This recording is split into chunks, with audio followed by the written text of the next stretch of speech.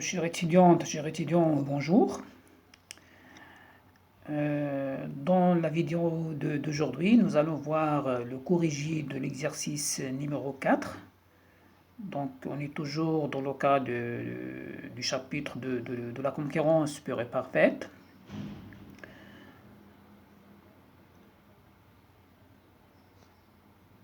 Alors, donc, voici l'exercice 4. Donc, la production d'un bien X est réalisée par son entreprise dont 70% ont la même fonction de coût s'exprimer par coût total 1 et dont 30% ont une fonction de coût identique exprimée par le coût total 2. Alors, la première remarque, donc c'est pour les coûts totaux. Alors, on constate soit le coût total 1, soit le coût total 2. Donc, il se compose juste du coût variable.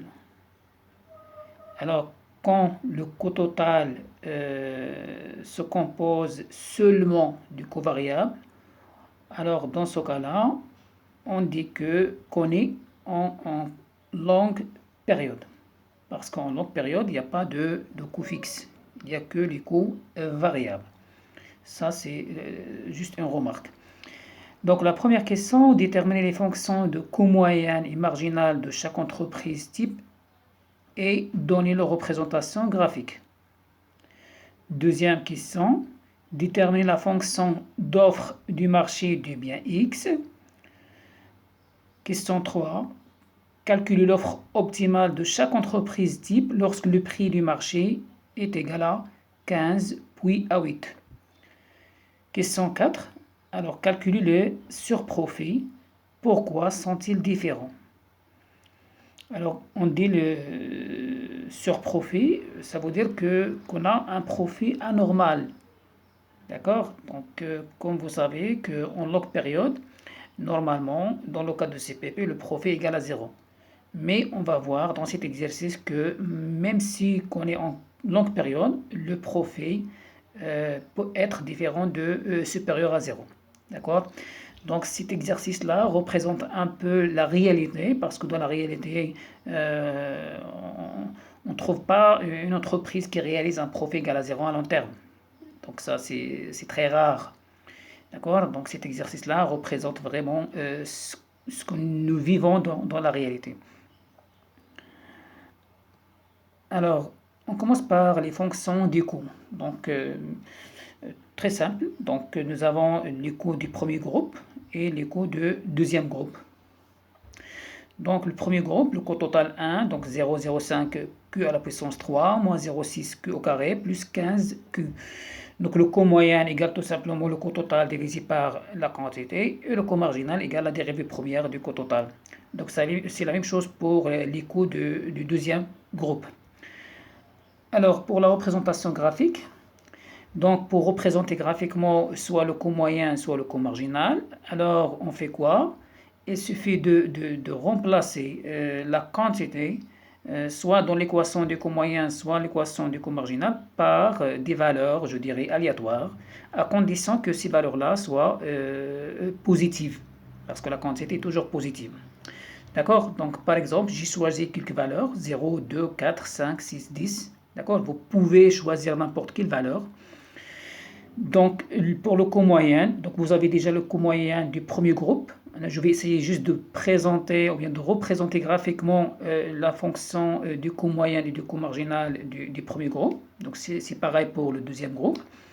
Donc, par exemple, pour le coût moyen, donc, quand la quantité est égale à 0, vous allez trouver le coût moyen est égal à 15. Quand la quantité est égale à 2, le coût moyen est égal à 14, et ainsi de suite. D'accord? La même chose pour le coût marginal, il suffit de remplacer la quantité par 0, 2, 4, 5, 6 et 10. D'accord? Donc la représentation graphique est la suivante. Donc nous avons sur l'axe des ordonnées les coûts, ça veut dire le coût moyen et le coût marginal. Et sur l'axe des abscisses, nous avons la quantité qui varie de 0 à 10. Donc voilà, juste une remarque. Donc comme vous voyez sur le graphe, c'est que le coût moyen égale le coût marginal dans le minimum du coût moyen. Donc toujours, il y a une égalité entre le coût moyen et le coût marginal au niveau du minimum du coût moyen.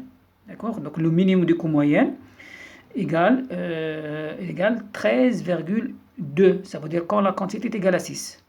D'accord? Alors, deuxième question, la fonction d'offre du marché. Donc, comme vous savez, nous avons dit dans la vidéo précédente, nous avions parlé de comment passer d'une fonction individuelle à une fonction globale de l'offre et de la demande. D'accord? Alors, dans cet exercice-là, nous avons deux groupes. Donc, nous avons le premier groupe qui représente 70% du marché et deuxième groupe qui représente 30%.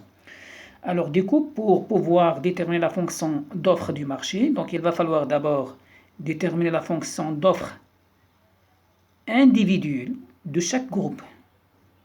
D'accord? Et après, on va déterminer la fonction d'offre du premier groupe et la fonction d'offre du deuxième groupe pour qu'on puisse déterminer la fonction globale du marché. Donc, le marché égal, comme vous voyez, égale 100 entreprises. Donc, nous avons G1, ça veut dire le premier groupe, égale 70% fois 100 égale 70. Et G2, ça veut dire le groupe 2, 30% fois 100 est égal à 30. D'accord? Donc la somme de ces deux fonctions-là nous donne la fonction d'offre du marché. Alors on commence par l'offre du premier groupe. Donc l'offre du premier groupe, égale la somme de i égale à 1 jusqu'à 70, parce qu'on a 70 entreprises dans le premier groupe, fois l'offre individuelle. Alors, pour pouvoir déterminer la fonction d'offre du premier groupe, donc, on va déterminer l'offre de l'entreprise type du premier groupe. Ça veut dire l'offre de chaque entreprise du premier groupe. Alors, comme vous savez, pour déterminer la fonction d'offre, donc le point de départ, c'est le prix égale le coût marginal, ce qu'on appelle la condition de maximisation des profits. D'accord? Donc, toujours, pour déterminer la fonction d'offre, comme je disais la dernière fois, pour déterminer la fonction d'offre, le point de départ, c'est toujours P égale le coût marginal. Donc, P égale le coût marginal 1. Donc, on a déjà déterminé l'équation du coût marginal 1 au niveau de la première question. D'accord? Donc, P égale 0,15 Q au carré moins 1,2 Q plus 15.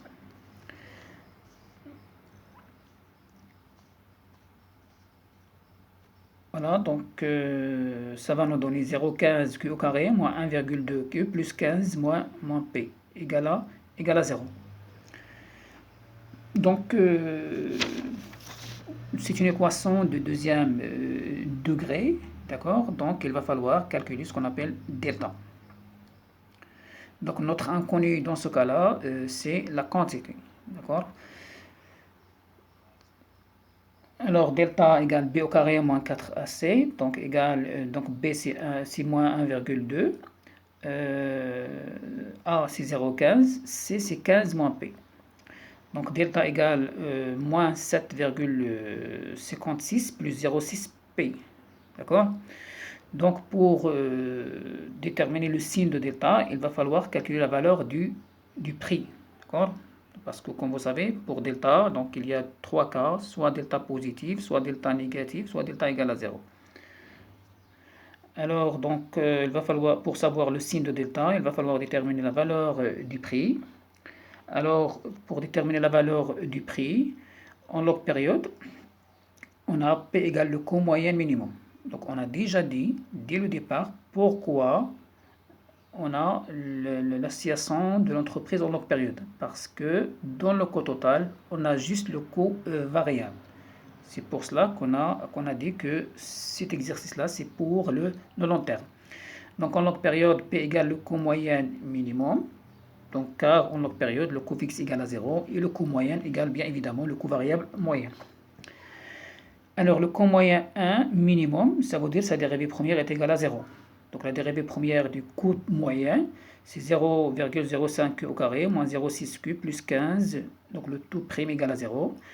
Donc, ça va nous donner 0,1 Q moins 0,6 égale à 0. Ça veut dire la quantité est égale à 0. Est égale à 6. Mais pour nous, on cherche la valeur du prix et non pas la valeur de la quantité. Donc la valeur de la quantité va juste nous aider à calculer le prix. Donc, comme vous savez, en log période, pour calculer le prix, il suffit de remplacer la quantité par sa valeur dans l'équation du coût moyen. Donc, pour la quantité égale à 6, P égale 13,2. Alors, on va remplacer ce prix-là par sa valeur dans l'équation de delta. D'accord? Donc, delta égale moins 7,56 plus 0,6 P. Donc, si vous remplacez P par 13,2, vous allez trouver delta positif. Donc, étant delta positif, on aura deux solutions. Donc, voilà nos deux solutions. Donc, Q1 égale moins B plus la racine de delta sur 2A. Et Q2 égale moins P moins la racine de delta sur 2A. Donc, on va choisir la solution positive, bien sûr. Donc, l'offre optimale de l'entreprise type du premier groupe, Q1 égale 1,2 plus la racine de delta sur 2A, ça veut dire sur 0,3, si le prix supérieur ou égal à 13,2, ce qu'on appelle le seuil de rentabilité. D'accord? Parce que le prix égale le coût moyen minimum. On est en longue période. Sinon, si le prix est inférieur strictement à 13,2, donc la quantité offerte égale à 0. Alors, maintenant, on a déterminé l'offre individuelle. Donc, on va déterminer l'offre du premier groupe. Donc, l'offre du premier groupe, Q1 égale 70, multiplié par la fonction d'offre individuelle de ce groupe-là. Donc, 70 fois 1,2 plus la racine de delta sur 0,3 si le prix supérieur égal à 13,2. Ça, c'est pour le premier groupe. Alors, en ce qui concerne le deuxième groupe, donc la même démarche, d'accord? Donc, égale l'offre du deuxième groupe égale la somme de l'offre individuelle de I égale à 1 jusqu'à 30. Parce que dans le deuxième groupe, on a 30 entreprises. 30% de 200. Donc, l'offre de l'entreprise type du deuxième groupe, donc P égale le coût marginal 2. Donc, vous connaissez déjà la démarche. D'accord? Donc, vous allez trouver 0,15 Q au carré moins 1,2 Q plus 8 moins P est égal à 0. Donc, c'est une équation aussi de deuxième degré. Donc, delta égale B au carré moins 4AC. Delta égale moins 3,36 plus 0,6 P. Alors, pour déterminer le signe de delta, on va calculer la valeur du prix. Donc, P égale le coût moyen minimum. Le coût moyen min, ça veut dire sa dérivée première égale à 0. Donc, la dérivée première du coût moyen égale 0,1 Q moins 0,6 égale à 0. Donc, la quantité égale à 6. Et le prix égale le coût moyen. Donc, quand la quantité égale à 6, le prix égale 6,2. Donc, l'offre se définit ainsi. Q2 égale, égale 1,2 plus la racine de delta sur 0,3 si le prix est supérieur ou égal à 6,2. Si ce n'est pas le cas, donc la quantité égale à 0. L'offre du deuxième groupe, donc c'est la somme de l'offre individuelle, donc 30 fois la fonction d'offre individuelle. Donc l'offre totale du marché, c'est la somme de l'offre du premier groupe plus l'offre du deuxième groupe. Donc la quantité globale du marché égale 70 fois l'offre du premier groupe plus 30 fois l'offre du deuxième groupe. Alors maintenant, on passe à la troisième question. Donc on va calculer l'offre optimale pour P égale à 15 et P égale à 8. D'accord? Donc juste une remarque. D'après la question précédente, on a trouvé que le prix minimum du premier groupe égale à 13,2. D'accord? Et le prix du deuxième groupe égale à 6. N'est-ce pas? Pardon. 6,2. Donc le prix minimum du premier groupe est 13,2. Le prix minimum du deuxième groupe est 6,2. Donc si le prix supérieur ou égal au prix minimum, donc on peut calculer la quantité. Si le prix qu'on a est inférieur strictement au prix minimum qu'on a trouvé tout à l'heure, donc dans ce cas-là, on ne peut pas calculer l'offre. Donc on commence par le prix égal à 15. Alors quand le prix égal à 15, donc 15 est supérieur à 13,2 pour le premier groupe, Donc on peut calculer la quantité dans ce cas-là. Et aussi, 15 est supérieur à 6,2 qui est le prix minimum du deuxième groupe. Donc pour 15, il n'y a pas de problème, on peut calculer la quantité pour les deux groupes. Donc dans ce cas-là, il suffit de remplacer le prix par sa valeur, soit dans l'équation de l'offre individuelle du premier groupe, ou bien dans l'équation de l'offre individuelle du deuxième groupe. Alors on passe maintenant au P égale à 8. Donc quand le prix est égal à 8, donc il faut toujours comparer entre le prix minimum de deux groupes. Alors pour le premier groupe, on a dit que le prix minimum est 13,2. Donc 13,2 est supérieur à 8. Donc l'entreprise ne peut pas produire, ne peut pas offrir dans ce cas-là. Donc la quantité offerte est égale à 0.